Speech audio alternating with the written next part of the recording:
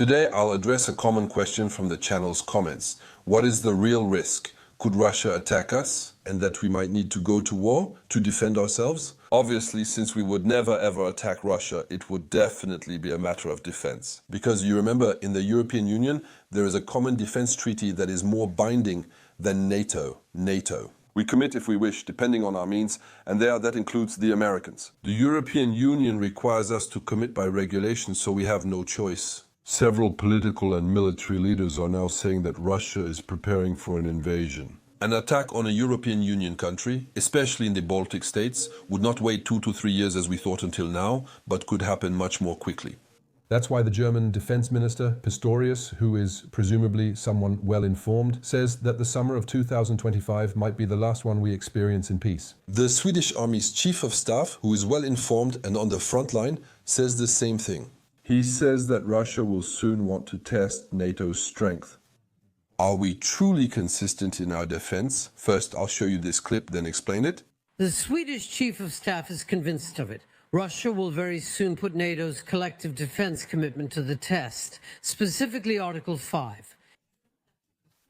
What does he say? I am sure and convinced that Russia would be ready to test NATO's Article 5 at any time in the Baltic countries or in another part of Europe. Russia is ready to take enormous strategic risks to get anything it believes it can obtain. We saw it in Chechnya, in Georgia, and in Crimea. There, that would still be an enormous strategic risk, more than enormous to face. I think that the risk of NATO trying to take, for example, Narva at that moment, who is it? It's all or nothing. Either we respond and prevent them from taking Narva. The risk isn't greater than current losses in Ukraine. We won't start a nuclear war or bomb Moscow over this. Yes, and so we would stop there. Actually, The worst case risk is ending up like Ukraine, losing many people without progress. Either way, we don't respond and they continue. So between quitting and doubling down, I feel like it's still to their benefit. At worst, it's no worse than Ukraine for them. So I really think they have every reason to test quickly in a year or two, really quickly, especially if they get a ceasefire. Because right now, we know that the 800,000 men who are on the Ukrainian front are ready to come face to face. And if they test us at Narva, they'll keep going afterward. I'm sure of it. And then air and naval forces aren't the same as ground forces. Everything is in the air and at sea. We crush the Russians, there's no doubt about it. If tomorrow we put the 800,000 Russian men face to face... With weapons? With the Europeans, by the time we mobilize... That's the issue. For you, that's it. Xavier Titelman, the European weak link. Michel Goya? No. But it's true, I completely agree. That is to say, you have to understand that Vladimir Putin is still the man who launched 5 ground offensives. Let's put it like... Yes, he only swears by ground forces. No, that's not all he has. But he launched 4. He launched them, right? Yes. He launched Georgia, Crimea in February 2014, Chechnya. I'm talking about foreign countries, let's say at the borders. The Russian army launched a real offensive in August 2014 and another in February. In 2015 in Donbass, followed by the attack on Ukraine. This leader has attacked neighboring countries 5 times, likely a post-1945 record for one leader. So it's like a burglar who has stolen 5 times, who has broken into 5 apartments. He's still at large. Then you ask, what's happening? Either he's moved by grace and admits he was wrong, or... He keeps going, right? Either you say that he might do it again. And so the attitude to have is maybe to prepare yourself for him to do it again. And so, obviously, and if it happens again, it would probably actually, for the first time, affect a NATO country. That's when things change politically. Vladimir Putin can't possibly think that attacking a NATO country would have the same consequences as not attacking one. Yes, that's what the Article 5 test is about. Then there are 2 scenarios, including the artichoke scenario. We go little by little where the frog is boiled. So we go at a threshold that is so low, slowly so low that it can provoke. Exactly. We think it's so minor, we barely notice it and don't see it as aggression. So there's no reason to invoke Article 5 since we're not really being attacked little by little. Or you do exactly the opposite. That is, you go all at once in a few days. You say, here, we're going to take something. We're going to take Estonia, maybe even the Netherlands. And then you stop. You put everyone in front of a fait accompli by saying we're deploying nuclear weapons. Careful, that's enough. Let's stop here and negotiate. Actually, that's the most dangerous scenario we're considering. And it's about deterring and deterring. In reality, by putting forces in place that are capable of stopping them, These are primarily ground forces, yes? There, you seem to doubt it, whether they're really capable of it. That's where I'm not the type to be afraid, but that's where you make us a little scared. If Xavier Titelman, do you think the real problem is our ground forces? Okay, I'll give an example. The Serval anti-drone armored vehicle, originally due in 2027, will be delayed to 2028 and won't be certified until 2031. How many will we have? And we will have them. That means if the Russians want to attack, why would they wait 3 years? It's that moment. Yes, that's it. Don't give them bad ideas. Right now, we lack both numerous drones and a defense system, unlike the Ukrainians. Well, so would now be the right time? If the Russians test, it'll be in the next 2 years. They're not doing it right now. Sorry. Because they're bogged down? In Ukraine, they're bogged down in Ukraine, so they would have to stop being bogged down in Ukraine to do it. So there would first have to be peace in Ukraine. That's the condition. Stop. The fighting, and then they could put 500,000 men against the Netherlands. So you get the idea. If Russia simply crosses the river that separates it from the city of Narva in Estonia and we don't react, if we don't go to war to take back Narva,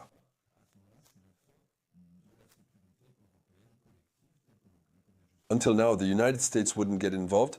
And for the Europeans, are we really going to fight for Narva? The answer has to be yes, absolutely, without any doubt. And it's only with clear firmness and with a build-up and a psychological rearmament that Russia will believe we're capable of responding.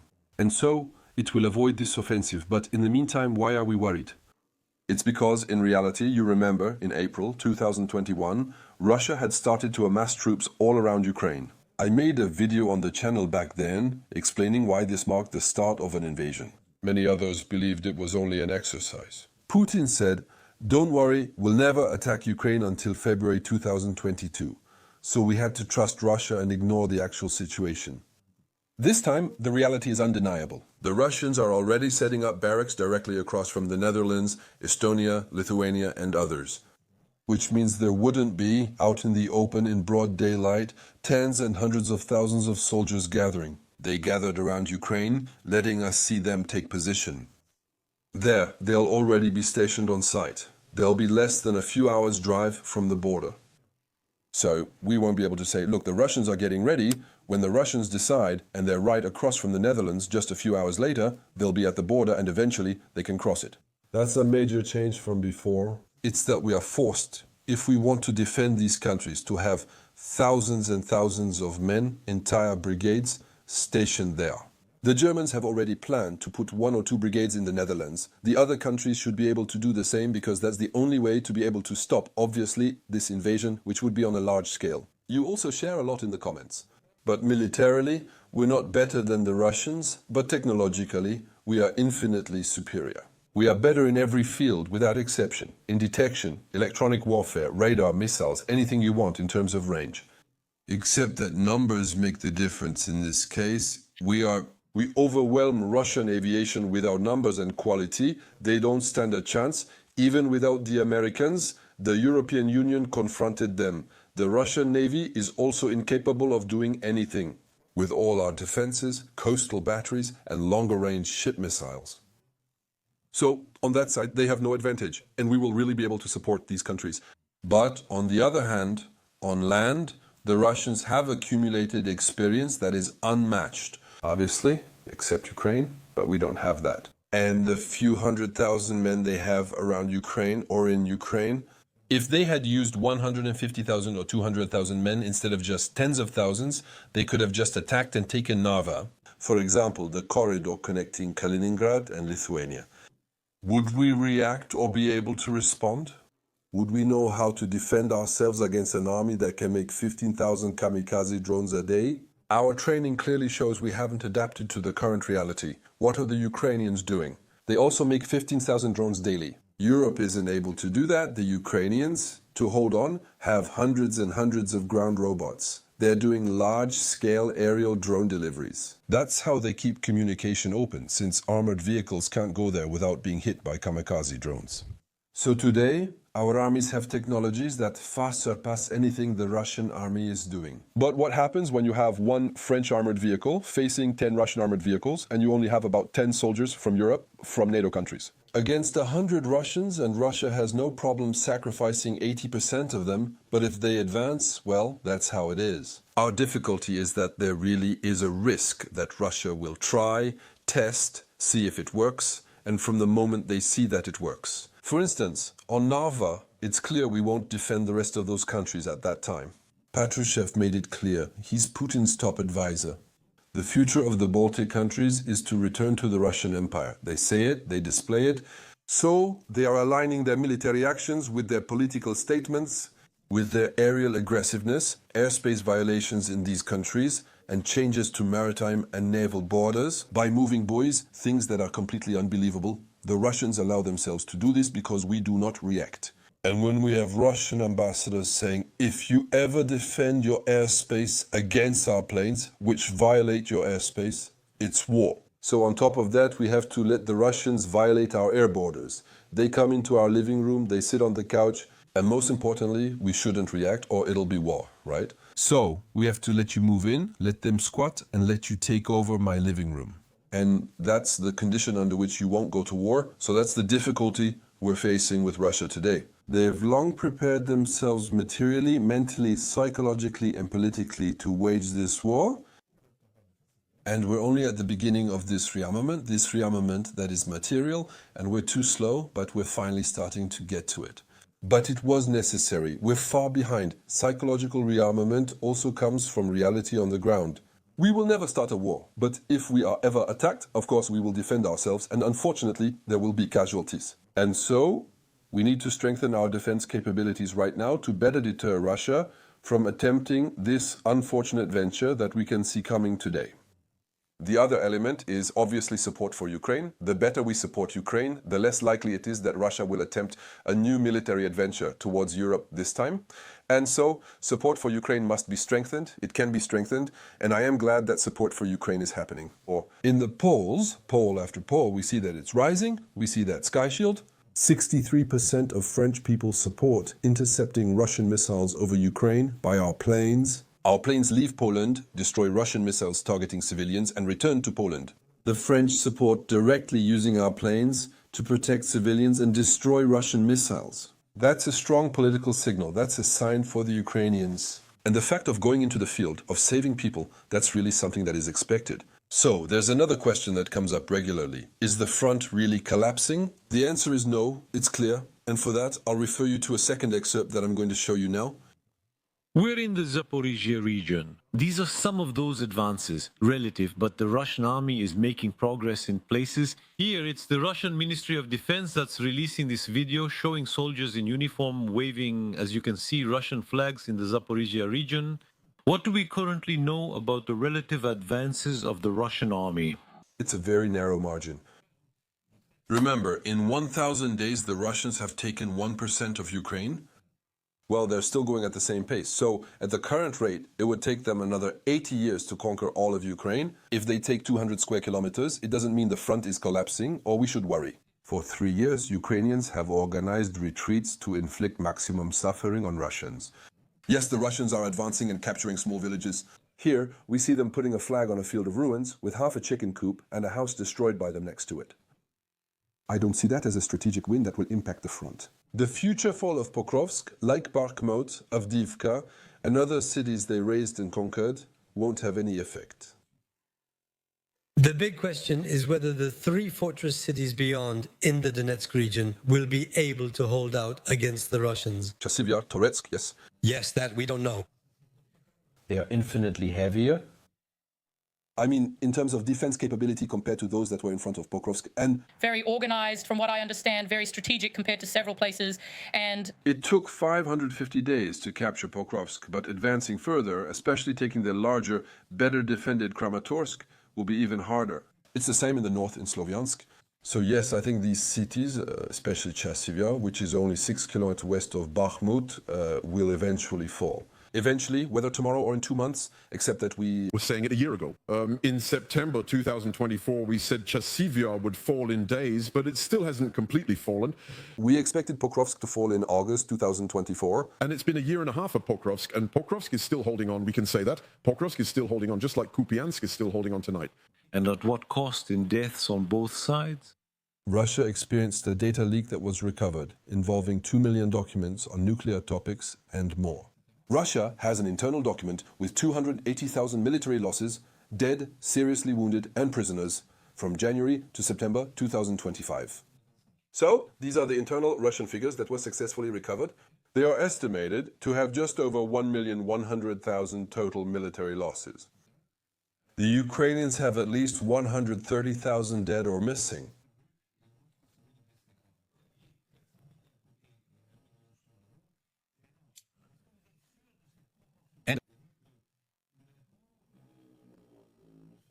Dead in each, and that... And at what cost? At the cost of how many dead on each side? And all. How many in each? How many dead in each? And all this at the cost for each side, at the cost of how many dead each? And all this at the cost of how many dead on each side? All at the cost of deaths, right? And all this at the cost of deaths in... And the defense, that's what we call militarily a delaying action, meaning you trade ground for time. And so we fall back line by line, inflicting the maximum attrition. But 3 hours away by plane, there may already be 1 million dead. Yes, those are the losses from the Second World War. We're talking not about the losses from the Second World War. During 1914-1918, the daily loss ratio was about 1,000 French deaths per day, possibly more. But we're seeing a loss ratio similar to intense combat from 1940-1945. War efforts continue in Pokrovsk. The Ministry of Defense released images today, allegedly showing Russian soldiers active there. In this city, claimed many times by the Russians, it still hasn't fallen. Much of Pokrovsk remains. You can see the state of destruction, the intensity of the fighting, and the tenacity in battle from both armies. I was in this city in August 2024 when they called for evacuation because it was 15 kilometers from the Russians and within artillery range. It was a lively, joyful city with markets and restaurants. The Russians can only advance over a pile of ruins. If they were able to break through, to advance, to encircle, obviously they wouldn't have to reduce the cities to piles of ashes where Ukrainians no longer have the possibility to hide. On the other hand, in this city, the Ukrainians have also created passageways to be able to move around, to get around, without being within range of drones. Are there underground tunnels there? There are underground tunnels below the city. This area is now controlled by the Russians. But every house is booby-trapped. Every corner is an ambush. They've set up some. But it's unbelievable, everything they explained to me when I was there. The last time was just 2 weeks ago. I was in Kramatorsk, where it was the same units fighting in Kramatorsk and fighting in this Pokrovsk area. Seeing these images and hearing your words, we can easily imagine these soldiers' mindset when they arrive. Even the European Union says, or the Europeans say in the plan, that Ukraine should not militarily recover this occupied territory that has been defended at the cost of so many lives. But the aim was to stop the Russians from destroying the next city. Honestly, the Ukrainians don't have the military or human resources without mobilization, but militarily, they don't have what it takes to reconquer and launch another assault. Their main counteroffensive in summer 2023 failed. They lacked the necessary equipment and manpower, no aircraft or large-scale demanding systems. And the Ukrainians today, they really lack everything necessary to launch an assault, and the Ukrainian soldiers that you have met many times, they are fighting. Of course. They want to fight. Until when? They'll only stop when their leader does, and Zelensky is clearly doing that since he hasn't fled. Zelensky sets the tone. As long as Zelensky and they really agree on this, the general population, that he shouldn't give in to Trump's excessive demands. We shouldn't abandon these territories, but I don't know the number of soldiers. If tomorrow they're told to give up the rest of the oblast and fall back, militarily, there's no defensive line at the oblast's border. If Ukraine gave up these oblasts, they couldn't stop future Russian attacks. So militarily, it's not possible. That's a really interesting analysis. Yes, because if they give it up, the Russians will reach this border. There would be no barrier left. It's not possible for them to surrender militarily now. It could be months before a real ceasefire if they ever agree to one. Bas actually leads to the completion of the construction of this defensive line. Yes? That's one.